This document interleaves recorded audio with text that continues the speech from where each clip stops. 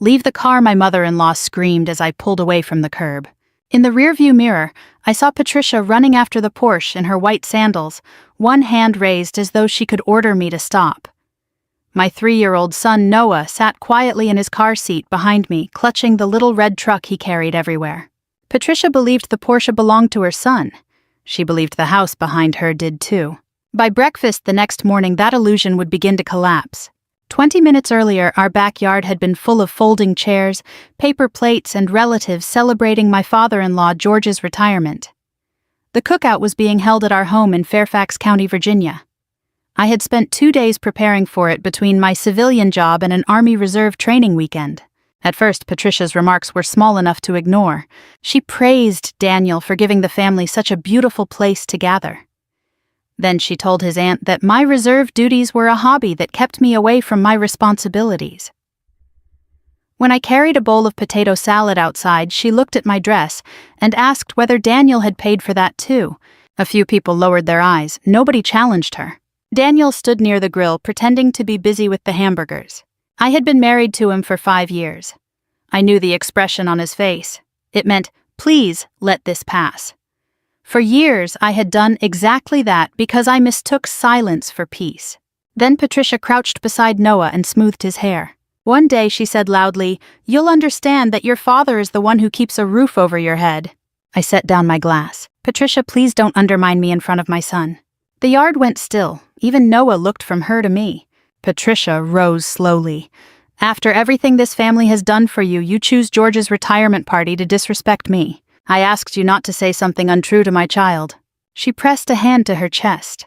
Daniel finally left the grill, but he did not come to my side. "Claire apologized to my mother," he said. I stared at him. For what? His jaw tightened because his family was watching. "Either apologize to my mother or pack your things and get out of my life."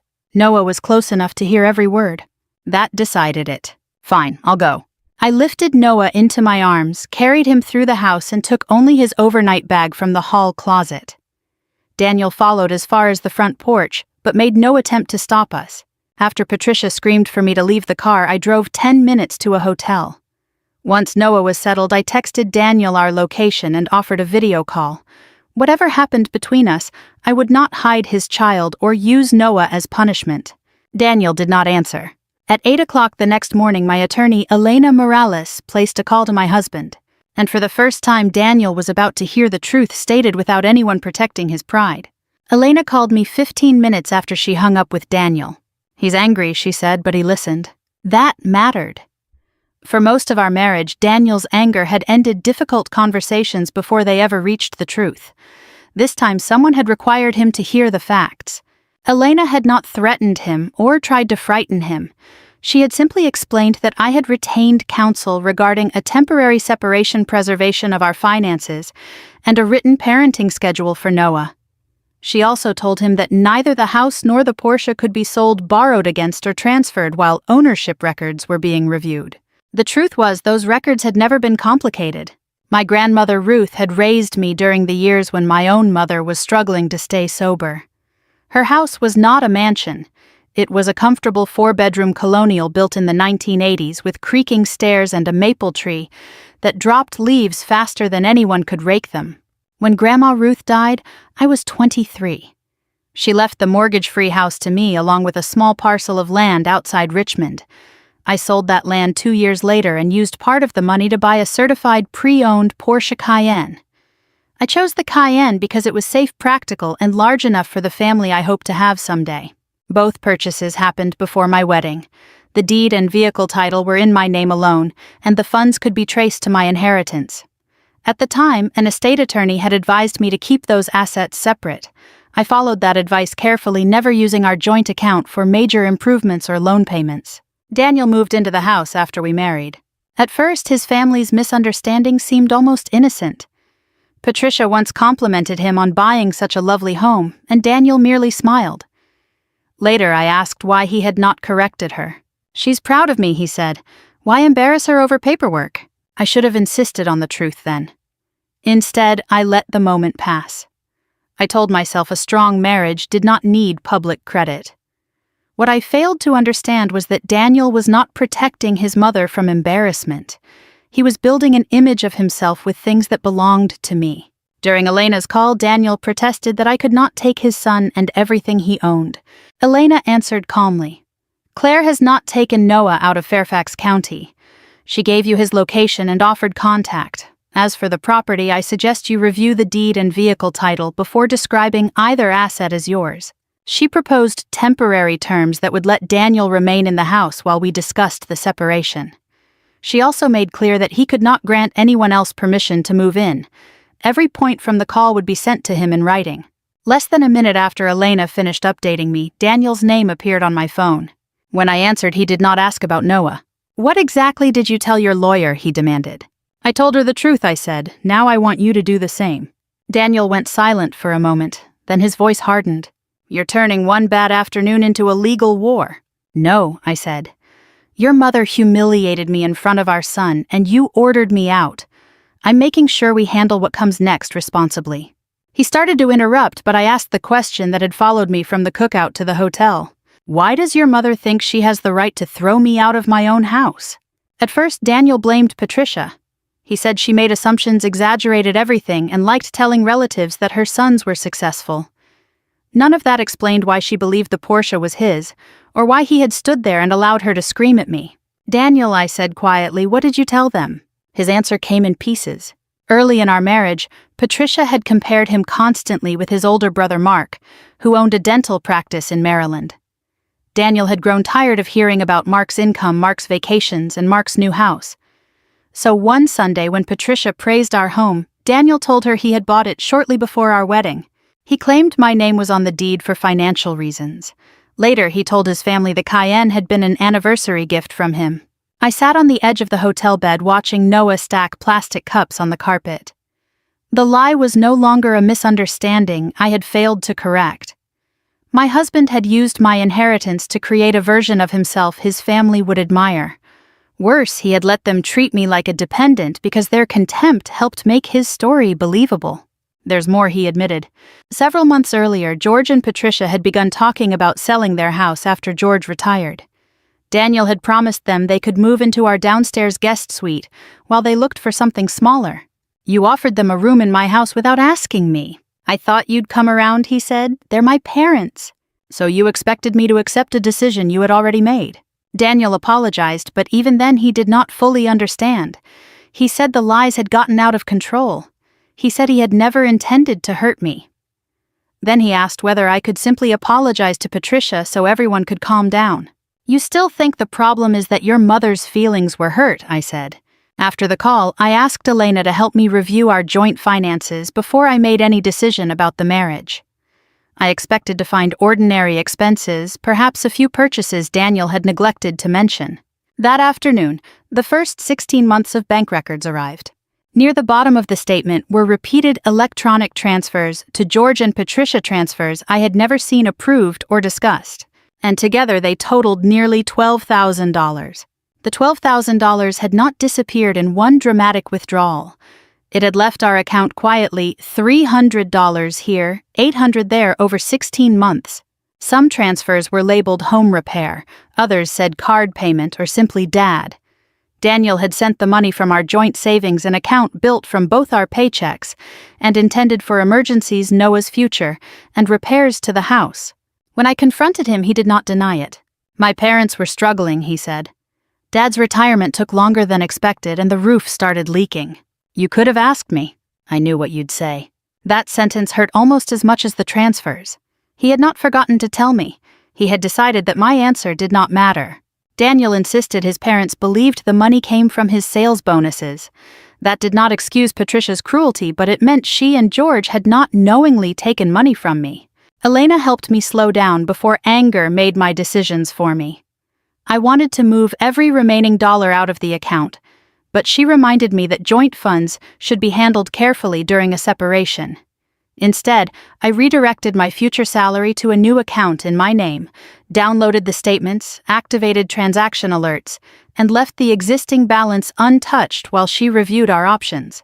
We also sent Daniel a proposed temporary parenting schedule. It gave him regular time with Noah and required both of us to share information about daycare, medical care, and overnight locations. I wanted a record showing that I was protecting our son's routine, not punishing his father. 2 days later, Daniel rented a furnished apartment near Noah's preschool. He returned his house key voluntarily and collected his clothes at an agreed time while Noah was with me at the park. Watching him carry boxes out of the home where we had planned to grow old was painful. Consequences do not stop hurting simply because they are deserved. Patricia reacted differently.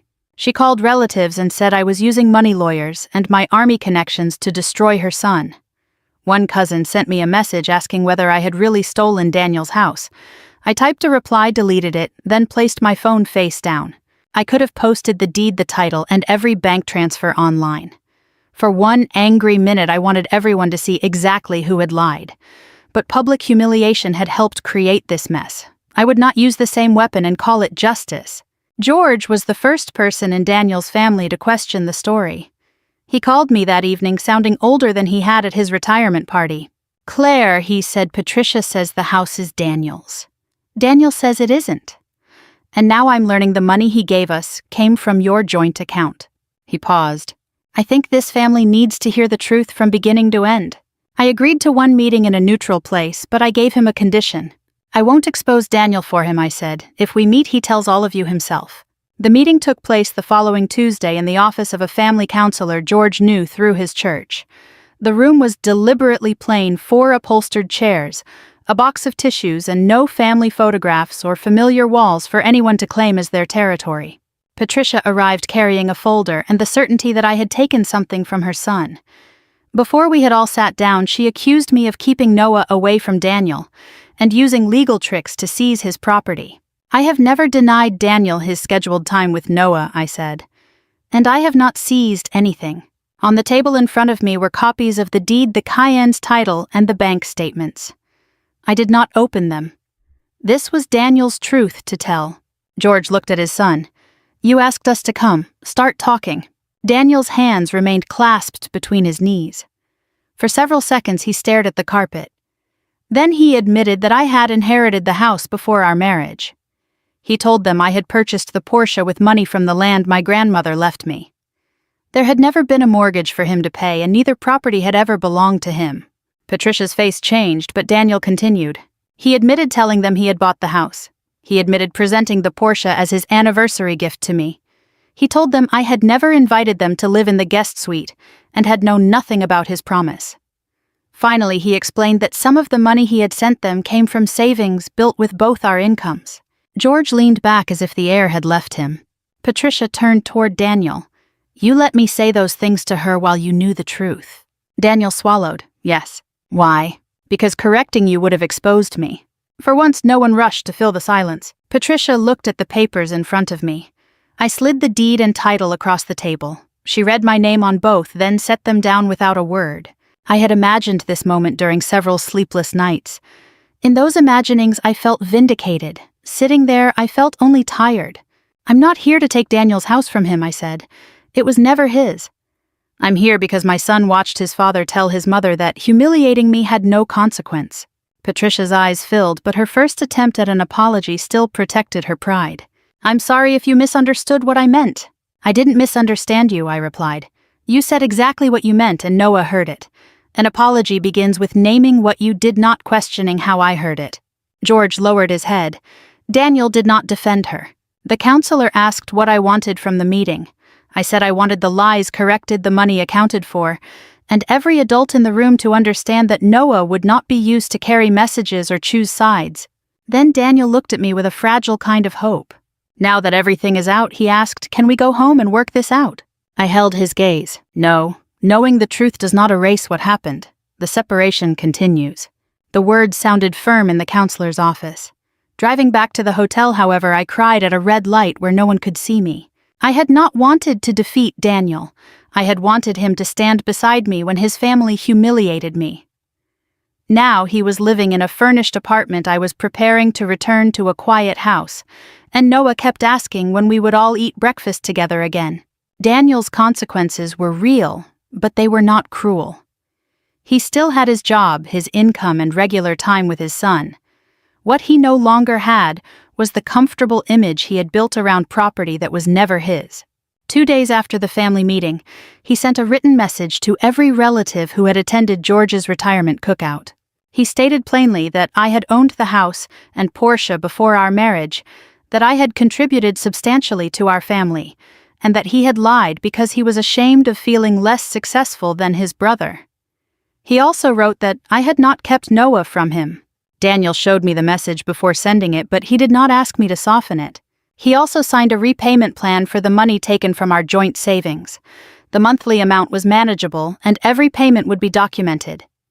Then he began meeting with an individual counselor to confront a habit he had carried for years.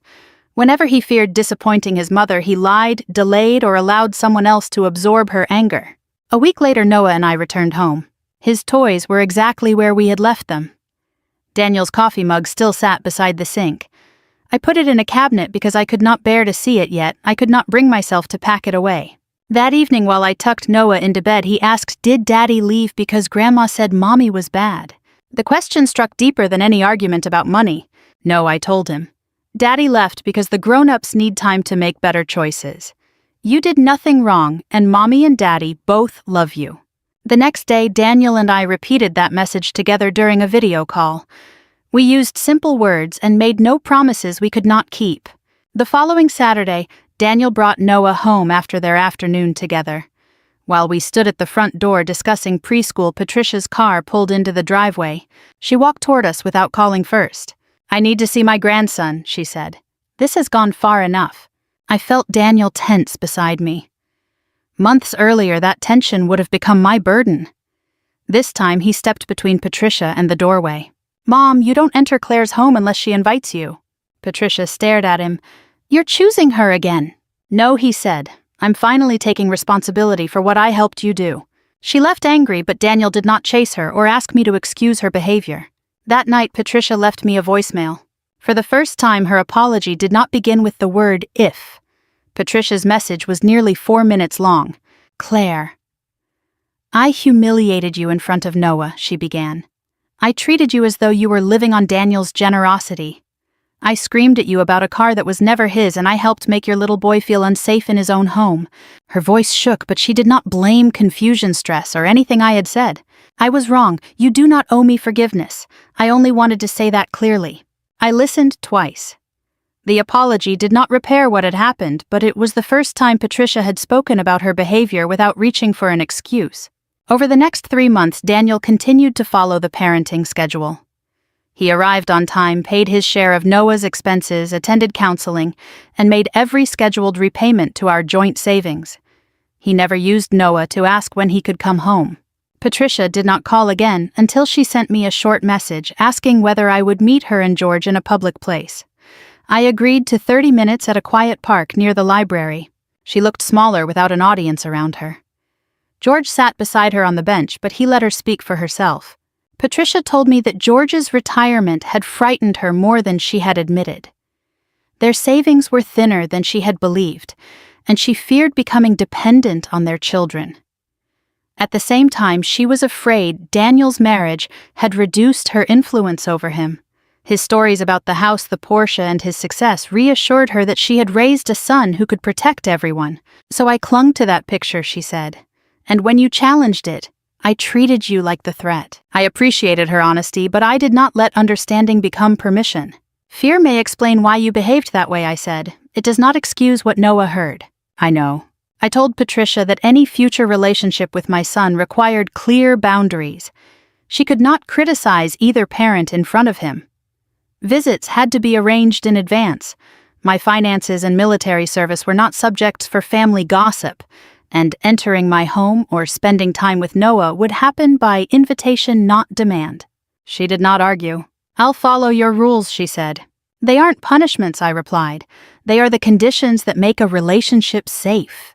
I offered her a gradual path back into Noah's life, brief planned visits, with no pressure on him and no expectation that I would pretend everything was normal. I was not ready to forgive her, but I was willing to notice changed behavior. That evening, Daniel called after Noah was asleep. "My counselor thinks we should meet together," he said. "Not so I can talk you into taking me back. I need to understand whether I destroyed something we can't rebuild." I looked around the quiet kitchen where his coffee mug remained hidden in a cabinet. "I'll attend," I said. "But counseling is not a promise that you're coming home." "I understand." For the first time, I believed he might. I agreed to 90 days of marriage counseling with one condition. "We are not here to decide how quickly Daniel can move home," I told Dr. Evelyn Carter, our counselor. "We are here to learn whether trust can be rebuilt at all." Daniel nodded. Months earlier, he would have argued. Now he listened without defending himself. During our third session, Dr. Carter asked him a simple question. "Whose approval were you protecting at the cookout?" Daniel looked down at his hands. "My mother's. And I protected it at the expense of my wife and my son." Hearing him say it hurt, even though I already knew. He explained that Patricia's disappointment had frightened him since childhood. Whenever she compared him with Mark, he felt like the lesser son. Instead of enduring that feeling honestly, he manufactured success. Each lie gave him temporary relief and demanded another lie. Then Dr. Carter turned to me. "What did silence protect for you?" I wanted to say it protected our marriage. After a long pause, I answered more honestly. It protected me from conflict. I told myself I was keeping the peace. Really, I was teaching Daniel that I would absorb disrespect to keep everyone else comfortable. That admission did not make me responsible for his lies, but it helped me recognize my own pattern. I could not build a healthier marriage by returning to the same silence. Dr. Carter gave us a distinction I carried home with me. "Forgiveness is personal," she said. "Access is earned. Trust is evidence gathered over time." So I watched the evidence. Daniel continued counseling, followed the parenting schedule, and never tried to win me back with gifts. When Patricia had her first short visit with Noah, she arrived 10 minutes early but waited in her car until the scheduled time. She brought a coloring book, asked permission before photographing him, and left when the visit ended. The change was small enough to seem ordinary. That was precisely why I trusted it more than a dramatic promise. George supported the boundaries, too. When Patricia complained once that a 90-minute visit felt cold, he told her, "Claire is not making you pay forever. She is asking you to prove you can be safe today." Daniel also changed how he spoke about the property. He never asked to drive the Cayenne or suggested that the house was legally his. In counseling, he admitted that both had become symbols of the success he wanted others to see, instead of the security my grandmother had intended for me. At the end of 90 days, I was not ready for Daniel to return, but I was no longer certain divorce was the only safe choice. We agreed to continue counseling while remaining separated. 6 months after the cookout, Noah's 4th birthday approached. We chose a local park so the day would belong to him, not to the house. Invitations went to both sides of the family. Then Daniel's sister Megan sent him a joke about Claire's property war. Daniel showed me the message before answering. "I know this is another test," he said. He was right. Soon we would all stand together again, and I would learn whether his changes could survive an audience. The morning of Noah's birthday, I almost canceled the party. A family gathering had started our separation, and I feared another might undo our progress.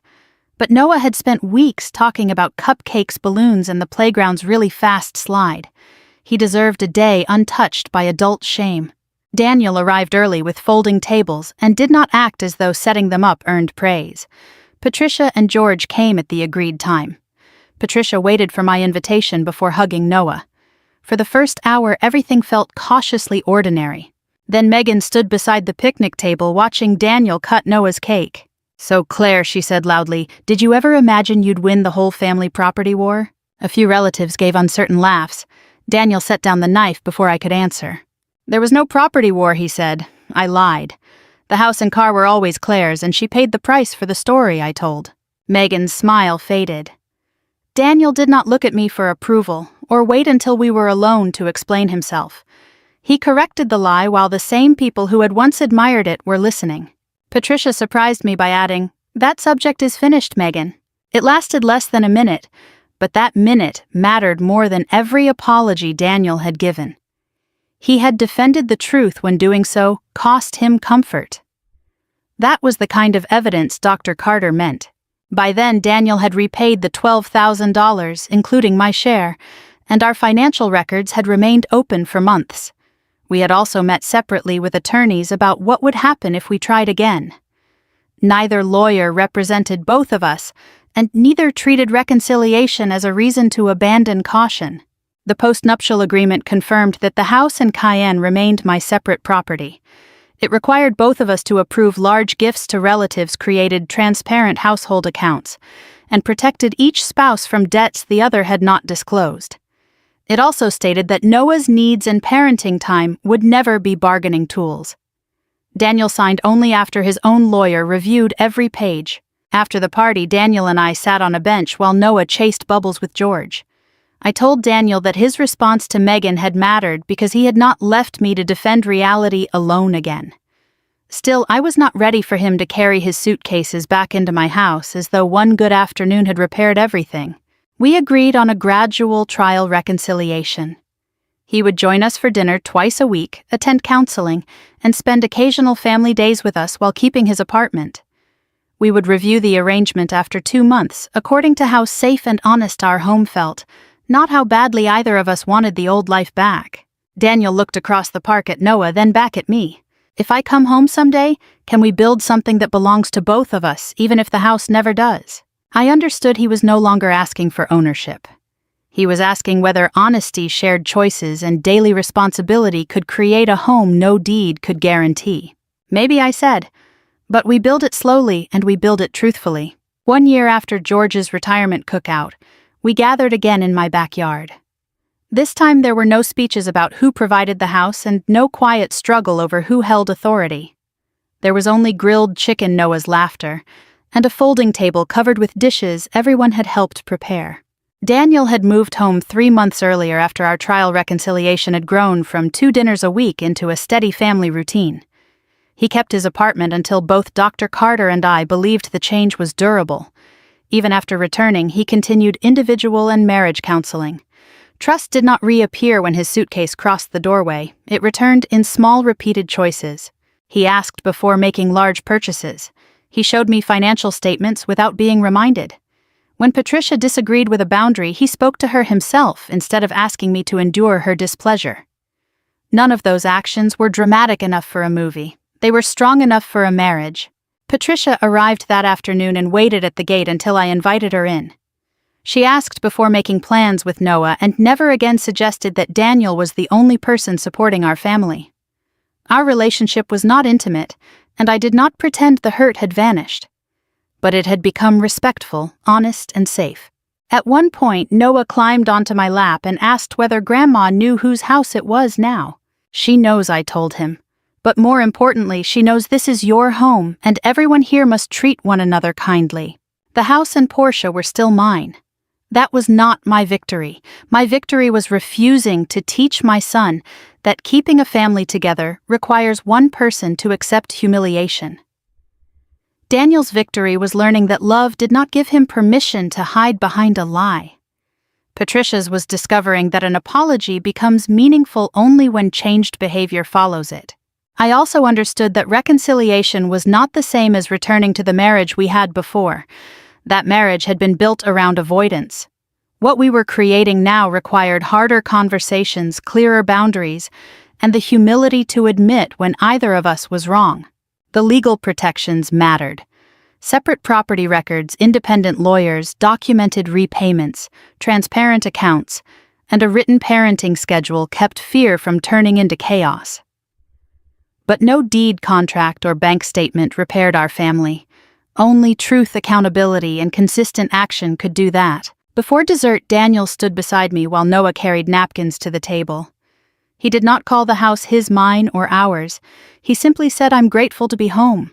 This time, the word home sounded like responsibility, not ownership. My son did not learn that the loudest person owns the house.